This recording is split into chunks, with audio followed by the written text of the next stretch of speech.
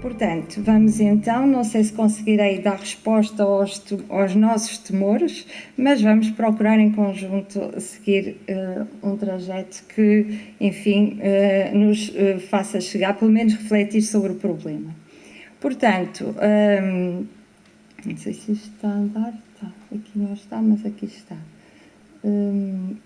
Peço desculpa. Portanto, o sumário da apresentação vai correr sobretudo estes 5 pontos principais. Começamos pela evidência epidemiológica, evidência essa que, portanto, nos mostra que devemos ter provavelmente vários temores perante o diagnóstico de diabetes. Por um lado, perceber em que contexto socioeconómico vamos dar esta notícia, que é um ponto muito importante, seguido da tentativa de comunicar a complexidade terapêutica, o receio de complicações agudas, complicações crónicas, também alterações do foro psicológico, a depressão, alterações cognitivas, demência e, finalmente, os tumores. Na maior parte, o que nos vai assustar é a existência de tumores malignos. Claro que a evidência epidemiológica sugere que a diabetes oferece um risco acrescido de tumores em várias localizações anatómicas, mas esta associação, esta atração fatal, não é fácil de decompor qual o agente que está subjacente a este link, a esta ligação. Por um lado, porque há uma complexidade muito grande das variáveis da diabetes, por outro, há uma diversidade biológica muito grande das diferentes formas de cancro, de acordo com as localizações anatómicas, os estadios evolutivos, e também por uma multiplicidade de mecanismos que geram fatores de confundimento que a maior parte das vezes não são tidas em conta nos estudos epidemiológicos. Como tal, isto é difícil nós apanharmos o fio à meada e sabermos de facto por que ponta pegar. Os resultados dos estudos são controversos, na maior parte das vezes, as conclusões pouco consistentes e, portanto, resta-nos saber que magnitude e impacto desta ligação perigosa teremos nós na nossa prática clínica e na nossa população de doentes. Sabemos que a diabetes tem uma incidência e uma prevalência crescentes, que 90% dos diabéticos são obesos, são um quarto deles com mais de 60 anos de idade, que as neoplasias também crescem a sua incidência, a sua prevalência em idades mais avançadas. Temos aqui a evolução de 2015 para 2035, é expectável que venha também a aumentar. E sendo os cancros mais frequentes o da próstata e o da mama, como se vê aqui em cima, eles também mostram uma tendência, embora ligeira, para o crescimento, mas à medida que nós conseguimos controlar as complicações cardiovasculares da diabetes, é de supor que este número possa realmente subir muito grande neste subgrupo de diabéticos, aqui é na população geral. E, portanto, aqui vemos já a diabetes como 13ª causa de morte, associada a outras patologias ligadas a neoplasias malignas e ficando a doença cardiovascular ali pelo meio. Aqui também, no primeiro gráfico, vemos que há uma recuperação em termos de ganho de anos perdidos devido à diabetes, mas não devido ao cancro. Continuamos a ter, de facto, maior perda de anos vividos por doença. Portanto, as séries são curtas, mas há várias meta-análises que nos mostram, de facto, que o risco é crescido pelo menos 2 a 3 vezes relativamente ao doente não diabético, de vir a contrair uma neoplasia maligna. Portanto, alguns artigos mostram mesmo que na diabetes tipo 1 e tipo 2 essa probabilidade é tão grande que poderá vir a surgir a necessidade de fazer um screening especial nesta subpopulação de doentes. E aqui vemos que quer a incidência, quer a mortalidade em tipo 1 e tipo 2 estão aumentadas, portanto mais do lado direito, eu não tenho ponteiro, obviamente, do que de facto relativamente à população não diabética. No entanto, isto carece às vezes de uma especificidade de localização anatómica. Por exemplo, nós vemos na diabetes tipo 1, aqui a incidência de neoplasia pancreática é de facto 2 vezes superior ao não diabético. No entanto, na neoplasia da mama, se considerarmos o diabético tipo 1, A sua taxa de aparecimento de ocorrência neste estudo é inferior, inclusive, de 0,30% inferior ao indivíduo sem diabetes. E, portanto, sendo a diabetes tipo 2, mesmo assim, uma incidência, portanto, registando uma incidência maior na diabetes tipo 2. Portanto, há estas particularidades que aqui também são colocadas em evidência neste estudo português, em que, portanto, a prevalência, por exemplo, encontrada da neoplasia do coloretal é cerca de o dobro da taxa no doente no diabético relativamente ao não diabético, mas, por exemplo, a da próstata é 8 vezes inferior. Portanto, vemos logo a complexidade desta associação que nem sempre nos leva no mesmo sentido. Portanto, outros resultados sugerem que existe também um grande peso em termos de aparecimento de neoplasias malignas relacionado quer com a duração da doença, quer com o uso concomitante de insulina. Portanto, neste estudo aqui mostra que realmente esta pandemia da diabetes está em relação também com o aumento de incidência e prevalência do cancro, mas que é necessário fazer mais estudos com relação metabólica e estatística adequada para podermos chegar a conclusões. Portanto, temos esta situação que, de facto, diabetes e cancro se associam, é uma associação conhecida desde a década de 60, mas de facto ainda não esclarecida em termos de substrato fisiopatológico, uma vez que aparecem situações neutras ou mesmo correlação inversa, e ainda para não falarmos da causalidade reversa do cancro do pâncreas, que nós sabemos que quando aparece o cancro do pâncreas, a seguir podemos ter uma diabetes, ou a diabetes é mesmo já uma manifestação de um cancro de pâncreas subdiagnosticado. Portanto, o cancro gosta de glicose, consome glicose? Sim. Isto é conhecido desde pelo menos o Prémio Nobel 1931, em que um cientista alemão comprovou que a célula neoplásica consome glicose a um ritmo muito superior à célula normal. Consome de um modo anaeróbico, através de um processo que ele chama de fermentação do açúcar, e que ele entendeu que seria esta a origem de todos os cancros. Realmente a célula normal utiliza oxigênio quando não tem utiliza metabolismo anaeróbio. Na célula neoplásica é praticamente este o mecanismo que resulta, e como elas têm multiplicação constante, vão precisar de um consumo de glicose muito superior, várias vezes superior à célula normal.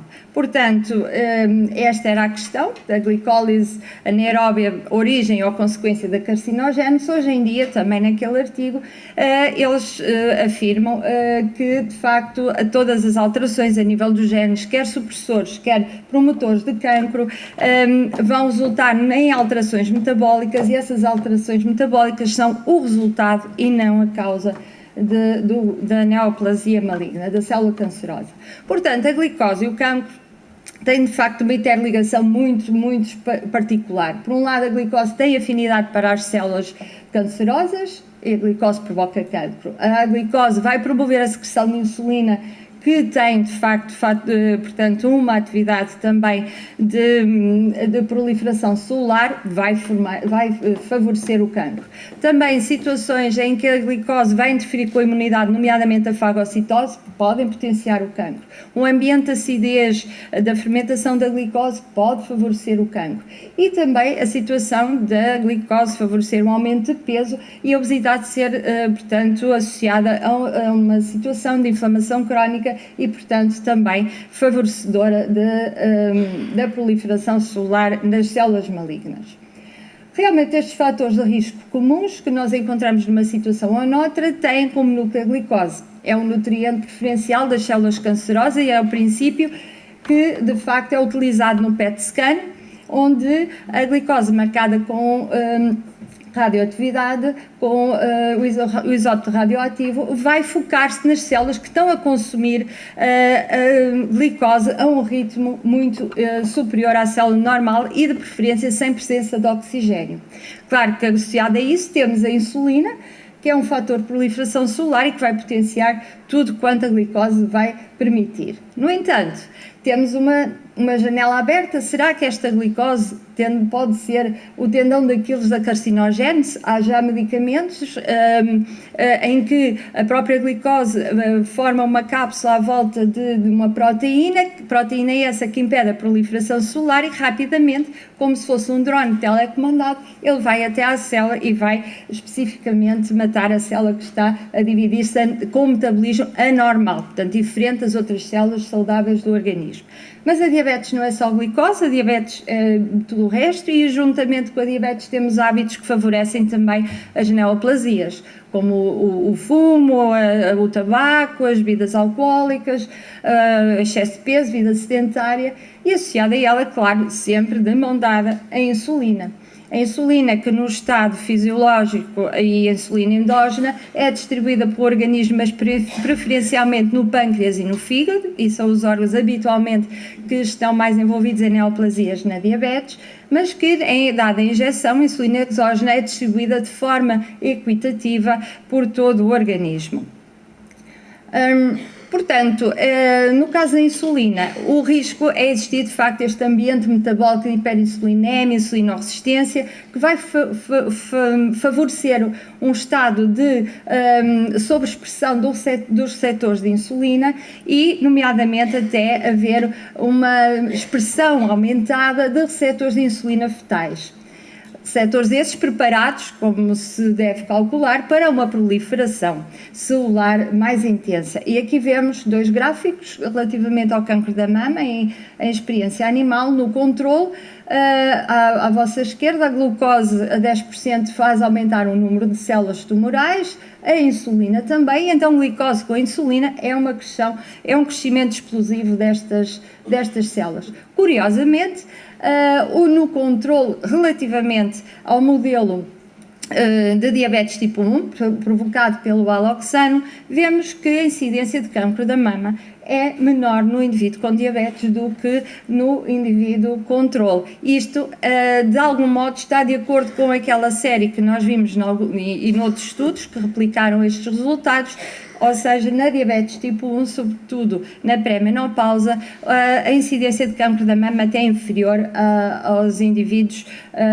sem diabetes. Aqui, para vos explicar que o receptor de insulina tipo A, o fetal, é aquele que está mais ligado à replicação celular, portanto tem uma atividade semelhante ao GF2, e que o receptor de insulina do adulto é o que comanda mais a atividade metabólica. E estes receptores de insulina do tipo A fetais encontrou-se também, como vê nestes gráficos, em tumor da mama, pulmão e cólon aumentados nas células cancerosas e relativamente aos controlos, portanto, muito mais aumentados. Também no tumor da tiroide, o diferenciado e o indiferenciado, à medida que indiferencia, tem o TC, o carcinoma indiferenciado, tem também maior expressão destes receptores fetais. Agora, para só terem uma ideia que realmente a insulina tem duas vias de atuação, a via mitogénica e a via metabólica, que no caso de haver hiperinsulinémia, e a insulinoresistência reflete sobretudo na via metabólica, que é a que está descrita à vossa direita no gráfico, mas que depois todos os esforços se vão concentrar na linha mitogénica e, portanto, tudo isso acrescido do ambiente favorável da glicose e do metabolismo da glicose, temos de facto a proliferação celular e a carcinogénese. Aqui para vos também indicar que ali no receptor insulina temos também a atuação do IGF-1 de forma semelhante, partilham as mesmas vias e que, de facto, todos os inibidores que estão assinalados a preto, se estiverem a inibir uma via, podem simultaneamente inibir a outra, ou seja, muitas vezes os tratamentos dirigidos ao cancro podem interferir também no controle metabólico e na insulinoresistência.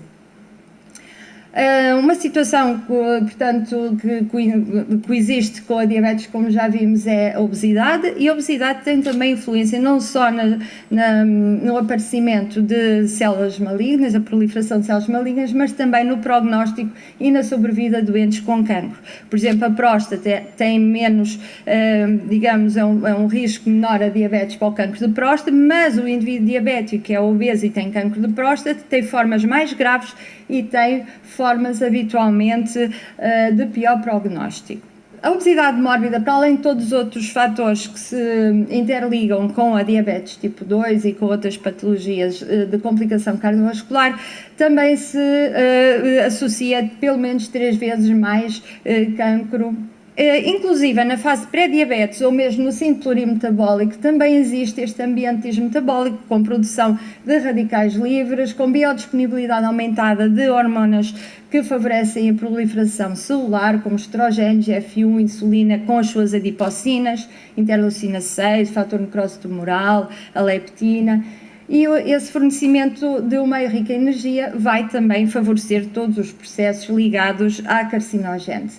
São estes mecanismos aqui intrincados que eu já fui explicando e que só no gráfico vou ressaltar que ali do lado esquerdo as adipocinas mais frequentemente faladas, a adiponectina como protetora e a leptina como causadora de migração celular e de angiogênese. E também, portanto, já falamos da maior parte disto, portanto a resistência à insulina que resulta quer do aumento dos adipócitos, quer do aumento da produção de glicogênio de glicose através do fígado, portanto vai fomentar todos estes processos. Há também a notícia do próprio colesterol elevado poder aumentar o risco de cancro da mama. Portanto, temos como mecanismos principais o aumento da biodisponibilidade de hormonas, sobretudo de estrogénios, o aumento da insulina e insulinossistência, fatores GF1 de crescimento celular e a inflamação. E dentro da célula, a própria entrada do GF1 sem a proteína de ligação vai promover rapidamente a proliferação celular. Apenas para reforçar que a inflamação é um fenómeno subjacente quer à obesidade, quer à diabetes tipo 2, quer ao cancro, e que o chamado de atenção, apesar de tudo, a investigação ainda mostra algumas inconsistências. Também na terapêutica da diabetes e cancro têm surgido algumas dúvidas e alguns temores. Nós temos já um vasto leque de hipóteses de terapêutica dirigidas aos vários mecanismos fisiopatológicos conhecidos da diabetes. Sabemos que a metformina é o agente pelo qual nós começamos a terapêutica, aquele que oferece maior segurança e, digamos, algum controle das complicações quanto mais cedo se começa e que se pode associar nas outras fases de doença. E tem-se investigado de facto o papel da metformina no cancro. Tem-se mostrado em alguns estudos que há uma ação antiproliferativa, sobretudo para os doentes que têm insulinoresistência. No entanto, a hiperglicemia, diz aqui outro artigo, contraria os efeitos antineoplásicos da metformina.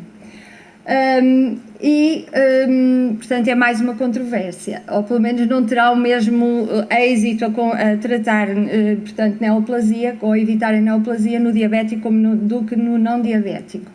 E pessoas com diabetes tipo 2 que usam metformina concomitantemente com a insulina mostram menos efeitos a eventos adversos e também menor incidência de cancro, que não acontece quer nos que estão a fazer insulina, quer nos que estão a fazer metformina isolada. Metformina tem uma ação quer metabólica através do fígado, da supressão da gluconeogênese, mas também por stress metabólico diretamente nas células, tem um efeito citotóxico e também citostático. Portanto, há ainda muito para fazer em termos de investigação translacional até podermos aplicar estes princípios na nossa prática clínica.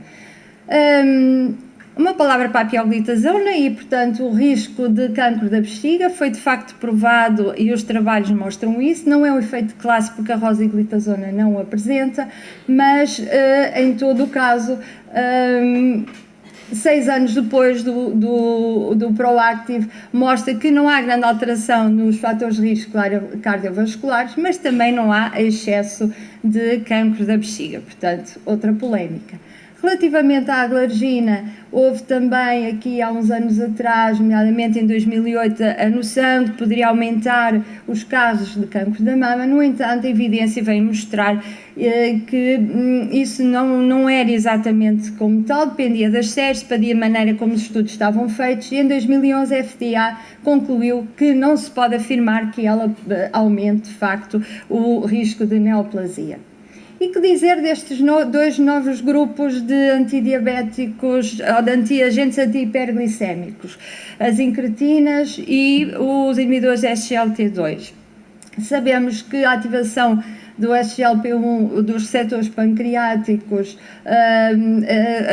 portanto, vão poder promover alguma proliferação de células pancreáticas e promover pancreatites, eventualmente cancro do pâncreas, que não é, portanto, significativo esse resultado, mas há sim o risco de carcinoma medular da tiroide e não deve ser dado a estes doentes. Quanto à dapaglifosina, há alguma relação com o cancro de bexiga e também é uma contraindicação para a utilização deste medicamento. Portanto, nas limitações aos agentes hiperglicémicos que nós conhecemos, temos de facto o cancro como uma preocupação já veiculada em várias bibliografias. E qual o impacto na diabetes tipo 2 e das drogas antidiabéticas no crescimento das células? Sabemos que a glicose e a insulina promovem a proliferação de células malignas. Há um estudo que mostra que quer a metformina, quer a rosiglitazona podem diminuir esse crescimento e essa proliferação celular. Portanto, temos ainda outros tratamentos que não se dirigem propriamente à glicemia, ao controle glicémico, mas que, dado que o colesterol pode aumentar também, em alguns estudos, o cancro da mama, temos aqui esta achega que a estatina, o uso da estatina pode moderar, de facto, e reduzir o risco de cancro da mama. Mas será que não aumenta o risco de diabetes? Pronto, ficamos sempre assim um bocadinho na corda bamba, sem saber muito bem como decidir. E relativamente aos suplementos alimentares que damos ao diabético, estaremos a dar o correto? Eles entram em caquexia, ficam magrinhos, damos coisas muito calóricas e alguns investigadores dizem mesmo mais valia ter-lhe dado uma Coca-Cola, que é basicamente a mesma coisa, e estamos a alimentar o cancro. E o adoçante de sacarina, que também se pensou que causava cancro, porque havia cancro na bexiga em experiências feitas em ratinhos. Portanto, passou a ser um anjo mau, não se podia utilizar. Afinal, não era a urina do rato que produzia uma substância com a qual reagia a sacarina, era isso que fazia cancro, mas isso não acontece no ser humano. E agora há, de facto, desde 2015, investigação que vai, digamos, usar a sacarina como um inibidor, um desativador da anidrase carbónica, talvez com algum efeito frenador da multiplicação celular. Portanto, quanto aos agentes antihiperglicémicos, vimos que têm pouca influência no risco de cancro, desde que respeitemos as suas contraindicações.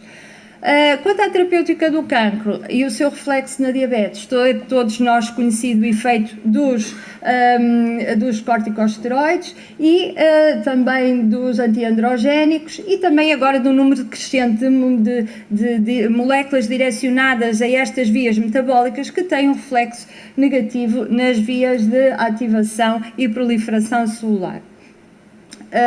E também nas vias metabólicas, criando insulinoresistência. Portanto, cada vez mais, e atendendo agora também a este dado dos tumores e os tumores que nos ligam a esta doença, teremos que pesar também na mesma balança que pesamos outros fatores de risco, o cancro.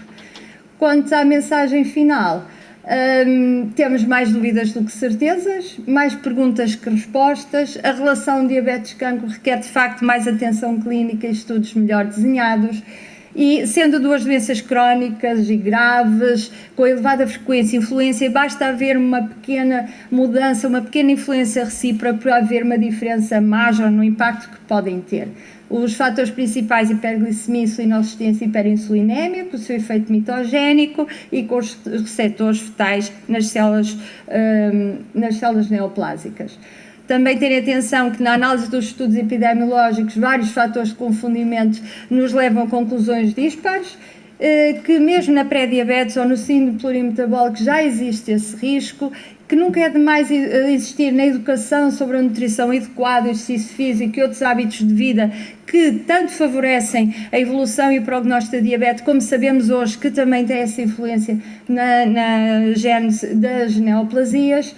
Eventualmente metformina, que nos ajuda a controlar a diabetes no início, poderá ajudar-nos também a diminuir o risco de neoplasia e, de qualquer modo, mantém essas indicações de rastreio da população geral na diabetes e também da terapêutica da diabetes. Não é diferente porque o indivíduo tem cancro, apenas temos de ter cuidado daquelas contraindicações e teremos que cumprir basicamente as guidelines que são dirigidas. E espero não ter ultrapassado muito tempo. Muito obrigada.